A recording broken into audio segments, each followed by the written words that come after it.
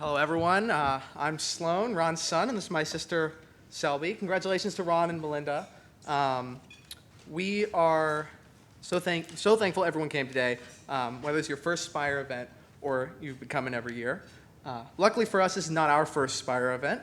Well, undergrads, our dad would invite the two of us to the annual conference every year, and we'd try to sneak into the back quietly, but of course, he would want to announce to the entire room that we were there, embarrassing the two of us with what he calls a humble brag. It's nice to have the microphone this time so that we can try to do the same, but if you know our dad, he's never embarrassed to be the center of attention.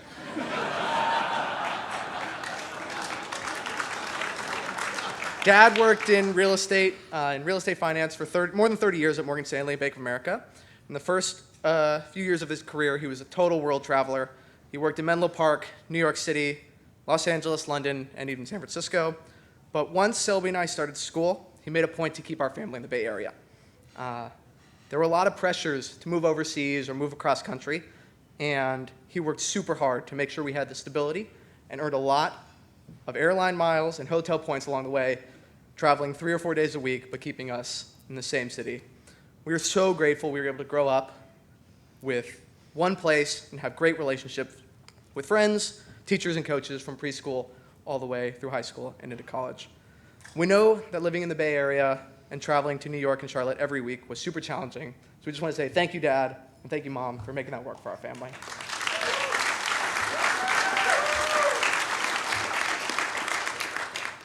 Of course, when Dad wasn't traveling, he was our ardent sports fan, coach, and perhaps most importantly, our chauffeur.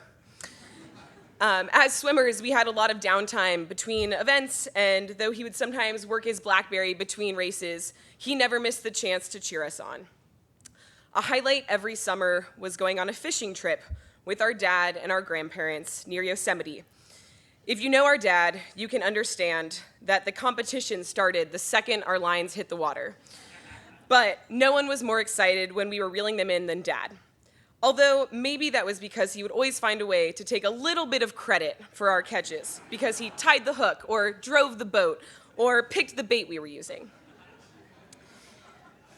There are many things we admire about our dad. His work ethic, his integrity, his comfort level with going out to dinner alone. But I'm most impressed by his desire to continually learn and support us in the process. When Sloan became a software engineer and started working at startups, our dad kept out an eye for problems and always brainstormed fintech ideas. In my consulting job, whenever I start a new project, Dad looks into the industry and sends me articles that at least he thinks are relevant. When I started following cricket, my dad watched an 8-part docu-series about the Australian national team with me, just for fun. When we read a book, he reads the same book. Granted, we all share the same Kindle account, so maybe that one's less intentional. Even if he doesn't totally understand why we're interested in something, he's always willing to dive deeper and learn more. And I think that's just an incredible trait that he has. So at our previously attended Spire events, we know our dad mentioned us not just to embarrass us, but also because he was proud. We definitely don't say it enough, but we're so proud to have you as our dad and so grateful for all the things you've taught us in the last years. Thank you so much. And we'll welcome to the stage our friend Greg Hartman. Thank you.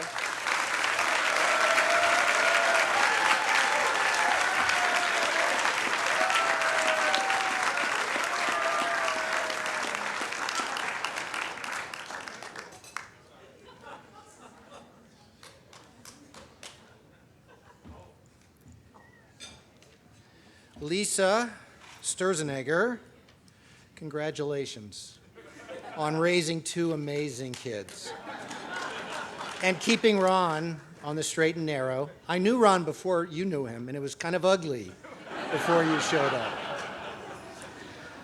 Monica, Jennifer, you guys have done a great job pulling this together. And Ron is so fortunate to have worked with you guys off and on over the last 25 years. Melinda, congratulations also. So I get a phone call on Friday the 13th in August. It's obviously from Ron. It goes like this. Hi, Greg, it's Ron. That's the way he talks. Hi, Greg, it's Ron. I am being inducted into the Stanford Real Estate Hall of Fame, and I would be honored if you would introduce me. I ask, okay, when is it? He tells me when. I go, okay, fine. There's this pause. And he goes, is that it? I go, yeah, that's it. I go, any questions? I go, yeah, I'm going to have questions, but not right now. I hang up the phone, and about 30 seconds later, I get a panic attack. 2 reasons. The first is, oh my gosh, he said he'd be honored, but he didn't say I was the first call. Okay, second, this is even worse. I'm like, well, wait a minute. I've done real estate for a long time. I'm a Stanford guy. In fact, business school, which is kind of high level. What about me? All kidding aside, I don't want Chris Mahold's Twitter feed to blow up.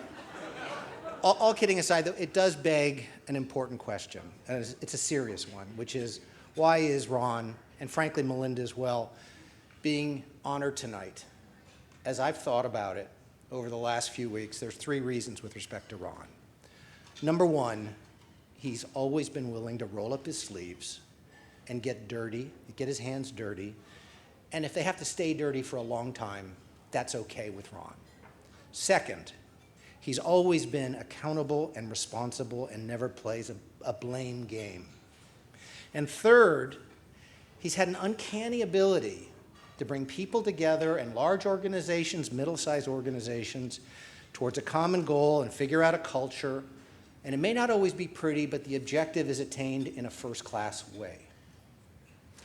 So I could stop right there. Chris Mahold says I'm really limited on time, but I have a few anecdotes that I would like to say, to cover with you guys. The first one is, it is February of 1982. That's 40 years ago in 2 months. I interview Ron for his first job out of college. I don't remember a darn thing about the interview, except his shoes. His shoes, I mean, a smart guy, industrial engineering, all that stuff, but his shoes looked like a railroad engineer's shoes. Oily, dirty, beaten up. They must have weighed 5 pounds apiece. And I said to myself, given how great this guy is, it's amazing, those shoes. And that to me is a metaphor for how Ron in the future would roll up his sleeves and get his hands dirty. Because you don't wear shoes like that if you're kind of a glad-hander. His shoes have improved a lot, by the way. So fast forward, I'm running out of time because Mahold says I'm really limited. Fast forward 4 years. I'm the first associate at Morgan Stanley Los Angeles, which was the first full-service real estate office outside of New York. The year is 1986. We have a very small office. Who's the second associate? Ron Sturzenegger. We shared an office for several years, a good-sized office, but an office nevertheless. And then we shared adjoining offices. Ron, I got so sick of hearing you on the telephone introducing yourself. And if I can you can humor me on this, because this is a little bit venting on my part. I'm like, I hear this, he goes, hi, this is Ron Sturzenegger from Mr. Smith. Pause. No, I did not compete in the Mr. Universe contest. No. My name is Ronald, not Arnold. And then there'd be another pause, and then he would go into his chant, which that table has heard so many times. Sturzenegger. And I still have PTSD over this. The fact is, though, at an early stage, the senior people at Morgan Stanley Los Angeles loved Ron. Buzz McCoy, honored here many years ago. He would take me to some of his meetings. He would take Ron to some of his meetings. We basically carried his bags. He was truly a legend. After a day of meetings, often Buzz would say to the person across the table, by the way, there's this great guy I want you to meet. He's an associate in the Los Angeles office of Morgan Stanley. I'm like, well, he goes, his name is Ron Sturzenegger. And I'm sitting there, I'm an associate in the Los Angeles office. I'm so embarrassed, right? And so finally, I go to Buzz. I say, Buzz, and he looks at me and he goes, Ron is tough and smart. ... And he played water polo at Stanford. And I would think Buzz would then crack up, but he never cracked up. He meant it. Okay, fast forward. Ron, after 13 years at Morgan Stanley, elects to leave. B of A is recruiting him heavily in 1998. Ron was brought on board to integrate capital markets, the financing business, traditional real estate advice, and merchant banking. Let's face it, in 1998, Bank of America was nowhere in the real estate business. Ron grew that business from almost nothing to a real powerhouse in 2008. In 2008, B of A bought Merrill Lynch. Merrill Lynch had several hundred people who also were very, very strong. Combining that with Bank of America's couple hundred, there needed to be a lot of rationalization. Ron was chosen, probably for those same characteristics that I talked about earlier, to help integrate that business. And it was a good thing because between 2008 and 2010, they did 50% of the recaps in the United States of America during the great financial crisis. And that, talk about being relevant, and that's another reason he's here tonight, that's relevant. If you were not a customer or a client or a competitor or a colleague of Ron's, you were not in the real estate business during that period of time. He gets a phone call in 2011 from the CEO of Bank of America. Ron, we have a problem. You need to leave the real estate business. You need to solve this issue with the mortgages. The countrywide thing is not going very well. We have 60,000 people in this division. They don't talk to each other. They don't like each other. This could actually take the whole company down. There's 1.5 million defaulted mortgages. We need somebody with your talents to fix this, including being able to roll up your sleeves for 5 years and leave the business you loved to help save the bank. And for 5 years, Monday morning, you would fly to Westlake Village. You would do your thing. You'd fly back on Thursday. You were accountable. You didn't cause the problem, but you fixed it. And actually, if he hadn't fixed it, this whole room would look very different today because Bank of America was no laughing matter. And Ron, I'm very proud of what you did then. So the last thing I would like to say is I'd like to go back to 1988, and this is a true anecdote, unlike all the others. Ron is driving. I'm in the passenger seat. We are leaving 515 South Figueroa. We are late for a meeting with our big bosses, Bill and Buzz. All I want to do is get to the meeting. A homeless person comes to the side of the car. I'm like, let's just go. Ron gets out of the car, goes to his trunk, gets a box of cornflakes, gives it to the guy, gets back in the car, and off we go. And I think that speaks for itself. Ron?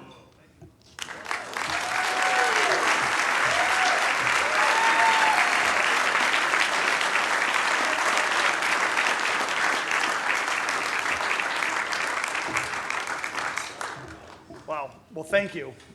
It just so happens that I had a lot of things in my car back then, just in case I got on The Price is Right or some other show. But I just want to say, look at this room.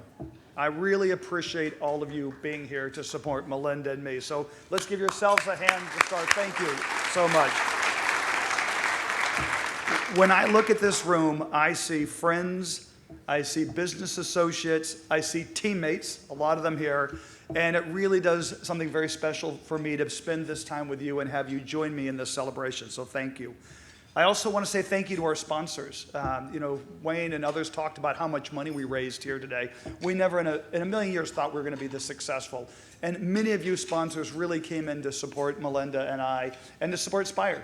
And I really appreciate that. And then I also want to congratulate Spires on its 10th anniversary. This organization has come so far in the past 10 years, from where we started it and kind of the vision that those came before us had. And then when Melinda and I have gotten involved, it is a spectacular organization that brings a lot of people together, just like that video you didn't see said. But it really is a great organization, and I'll talk a little bit more about some of the things it's going to do going forward. And then I just also want to make sure I congratulate Melinda and her family. Doing this together with you, Melinda, has been so much fun. Getting to see your daughters, getting to know your husband. I just really want to say thank you. And again, for Melinda and her family, congratulations. It's truly been a pleasure.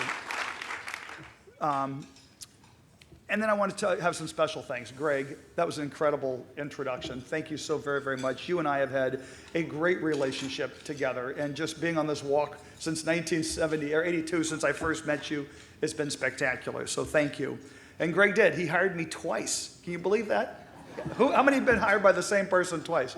When I showed up right out of senior year of college and met Greg sitting across the table, never met him, never heard of him, talked about what Bain & Company did, what I could do there. And of all the people he met that day, he brought me back. That decision was in Greg's hand, and it could have gone the other way. Shoes, by the way, those were my father's shoes. But I just want to say, and then again, coming out of business school a couple years later when I heard Greg was in Morgan Stanley in Los Angeles, again, this goes to some relationship issues. I picked up the phone, I called Greg, said, hey, I hear you're at Morgan Stanley, could I get an interview? And again, he got me an interview. I did a lot of it after that, but Greg's constant sponsorship has meant a lot to me. And by the way, he did have to share a bullpen with me for a very long time, and he did have to listen to me spell my name. What he didn't show you is that out of the corner of my eye, every time I did this, I saw Greg doing Sturzenegger,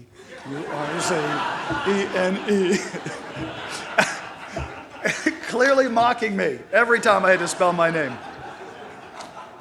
And then I also just want to thank my Morgan Stanley team right here. My first bullpen mates, thank you for coming. It is really spectacular that you guys all came from all over to be here to be supportive, and I do appreciate that. And then I want to thank also the Bank of America team back in here. We got 25 of you back here. Thank you all. And again, when I was honored to have joined Bank of America, which was primarily a commercial bank, with the objective of building out an investment banking team. And the fact that you all allowed me to lead you through that process and the success we all had together, I really do appreciate you being here today. And I do appreciate what you taught me as we all went through that process together. So thank you all very much for being here. And then I want to have my family here. I'm so fortunate to have my mom and my 3 sisters and my brother-in-law. It's very important for you to be here to celebrate this with me, so thank you. Unfortunately, my 91-year-old father passed this summer.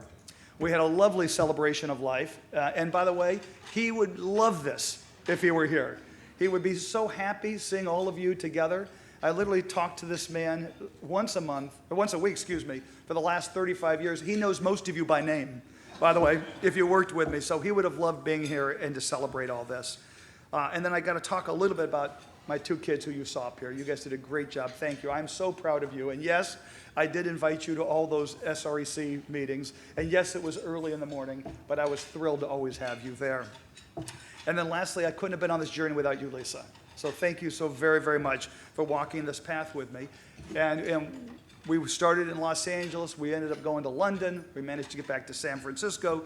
And everywhere, and I flew a lot of miles, as the kids said. I ran a business that was based in New York, and somehow I managed to do it from San Francisco. And sometimes those guys in New York didn't know I didn't live there. Right? That was part of the plan.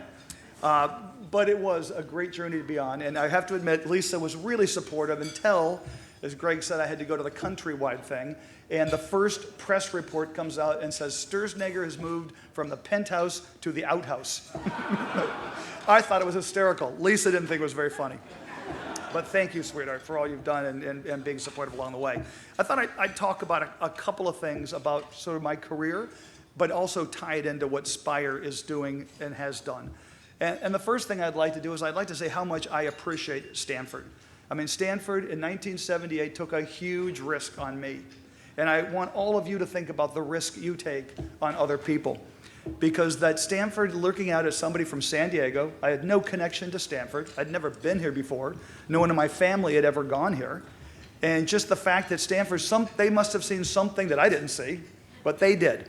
And the fact that they gave me an opportunity to come to this school and meet all of you in this room has just made a profound difference in my life. And I hope I've been able to pass that along to others. I have to admit, when I did start here, coming out of a public school in San Diego, I was slightly behind my classmates. Worked pretty hard those first couple of years to basically catch up, and then I hope I proceeded to do better. But again, this goes to the relationship part of being at Stanford. I was talking to a friend of mine my senior year. I was an engineer. I assumed I was going to go into engineering. And this gentleman tells me he's working for a consulting firm, and they've come out with this thing called frequent flyer miles. And you can fly for free, right? And I was hooked. I literally am the only one who ever took a job, which Greg offered to me, so that I could earn frequent flyer miles and travel for free. But again, I just want to say, Greg, you took a risk on me, and I really appreciate that risk. And then Greg mentioned Buzz McCoy, so a Hall of Fame member here, big Stanford focus from his life. And, you know, he was a mentor, and he saw something in me, and he took a lot of risk on me, and sometimes defending me in front of clients when perhaps I had a piece of advice or a suggestion or a recommendation or a strategy that they might not have agreed with. And Buzz was always supportive of me in getting that done. And again, Buzz took me and took Greg to a lot of industry greats. And we carried the books, and we drove the car, and we were there. But we sat in the room with some of the most senior people in the real estate industry because Buzz took an interest in us and took us to those meetings. Now, Buzz also taught us first-class business in a first-class way. That was sort of the Morgan Stanley motto. And I will say sometimes Buzz was talking about first-class business in a first-class way as we were driving through the takeout window at Taco Bell between meetings. But we still had that attitude. And then Hamid, I want to thank you. You took a risk on me as well when you chose me and Morgan Stanley to lead your IPO for AMB at that time. That was a big risk, and it made a big difference, and I greatly appreciate your continued support there. And then I want to talk a little bit about paying it forward. And part of the reason that I'm here tonight is I'm convinced because of my teammates, either Morgan Stanley or Bank of America. And I have always tried to pay the support I receive from people like Greg and people like Buzz to my teammates, not so much at Morgan Stanley, because you mostly were senior to me. Not much I could do for all of you, but most of the teammates I hired at Bank of America were on the upswing of their career, and I had an opportunity to spend time with them and not just show them and teach them the business, but show them the integrity, show them the joie de vivre, so that we made that job not only successful, but fun. And we helped our clients succeed in growing their business. And again, I just want to say how much paying that forward is critical. And I challenge my teammates from Morgan Stanley and from Bank of America and the rest of you in this room to continue to pay it forward to others who are younger in their career. I need you to take some risk on helping them achieve their potential. And let's talk a little about how Spire is doing that. Spire is in the business of taking a little risk on the next generation, be they Stanford students and undergraduate or Stanford MBAs, and give them a chance to understand and taste the real estate business and support them and build their relationships along the way. And that's why Melinda and I were so focused on raising a fund for the Stanford Student Impact Fund, because it's another way for us to support the next generation of real estate professionals. Because we realize that's how our industry continues to grow, expand, and succeed. And to some of the topics she talked about, in an equality way, in a sustainable way, in a fair way. And it's really important to us that this fund continues to grow and succeed. And again, I challenge those of you in the room, you have an opportunity to work with us. You have jobs, you have mentorship time, you can help us spend that money. If you're a student, and we have a number of you in the room, you can help us identify opportunities to support you as you go into the real estate industry. That's what this fund is for. It is really to connect Stanford students into the real estate industry, and we're looking forward to those of you who can help us accomplish that. And then I'm going to talk a little bit about strategy and how important strategic ideas are as part of career opportunities. And if I go back and look at sort of where I made strategic decisions in my career, I left Morgan Stanley to go to Bank of America because I saw a change in the business, and it was strategic. It was that balance sheet connected to investment banking ideas. And by the way, I was always smarter when I had $1 billion balance sheet, right? But the ability to deliver both the investment banking advice and that capital was critical to our success, and it was a strategic decision to combine those two things. Now, I also want to make the point, you can't have a good strategy if you can't convince those around you to follow that business plan and follow that strategy. So that's why I always come back to thanking my teammates. They were willing to follow that strategy and implement it successfully. And then all of a sudden, Bank of America goes through the financial crisis, and we were merged with Merrill Lynch. And I'll never forget the day I had to go in an interview for my very own job. After having led the B of A business for 10 years, I'm interviewing for my job, head of real estate. And most people sit down and interview and start talking about themselves. here's what I do, here's how good I am, kind of review their resume. I sat down and I talked to the head of investment banking. I said, let me tell you the strategy we should pursue to help our clients succeed. And it was a strategic decision of how you take the balance sheet and the equity and the advice, put them all together, and deliver them to customers who are going through financial challenges, because remember, we were in the middle of a financial crisis. So I always recommend talk the strategy and the resources that you can bring to bear, and not so much about yourself. Okay? And let's talk about strategy for Spire. What does Spire have that's unique? And I always look at Spire, and first it has the people in this room. It has the connectivity to Stanford. It has the people who graduated from Stanford who automatically have a relationship with each other. But the real strategy it also has is the School of Design. Stanford is pursuing a new school on climate and sustainability. We have the economics department. We have the technology department. Spire's ability to start drawing that content together and delivering it to those people who participate in Spire, and then delivering it to the built environment, that is sort of the strategy of the future. And I'm really excited about what Spire is going to do, both around the student fund and around growing Spire over the course of the next 10 years. We've made a lot of progress in the past 10 years, and we have a lot of opportunity in the next 10 years. I'll talk a little bit about the relationships too, and as you can tell, relationships are critical to my success and what I've done. But it's not really who you know. I mean, who you know is helpful, but it's how you interact with the people you know and the trust that you develop with them. And I've been able to develop that trust both with my teammates, but also with clients, and quite frequently with whoever controls the balance sheet. Because if they don't trust you to spend the money wisely, you're not going to succeed. So again, I think that whole importance of relationship is critical, which again is what Spire is in the business of doing, is building out the relationships amongst all of us. And I'm thrilled by the people I've gotten to know through the Spire and the SREC conference. I'm looking forward to us continuing to grow those relationships going forward. And then I'll finish up and get off the stage and let you get on with your evening, talking a little bit about something that does seem to be lacking in our world today, and that is an attitude of gratitude. And I've been very fortunate. Most of you in this room have been incredibly fortunate, but being grateful has become difficult for some reason. And it's one thing to be grateful for yourself, but it's another thing to be grateful for those around you and grateful for what others achieve. And I've always been happy when other people have achieved and succeeded. That's a big part of what I enjoy seeing happen. And I think that's that we're missing a little of that. So the attitude of gratitude, we're fortunate to be part of Stanford University. We're fortunate to be part of Spire. We're fortunate to now have a fund that can help the next generation of real estate leaders succeed. And so I'll finish off a little bit from where I started, which is I just want to say thank you again. I want to say thank you to Melinda and your family for going through this process with me. Thank you to Greg and my B of A colleagues for being here.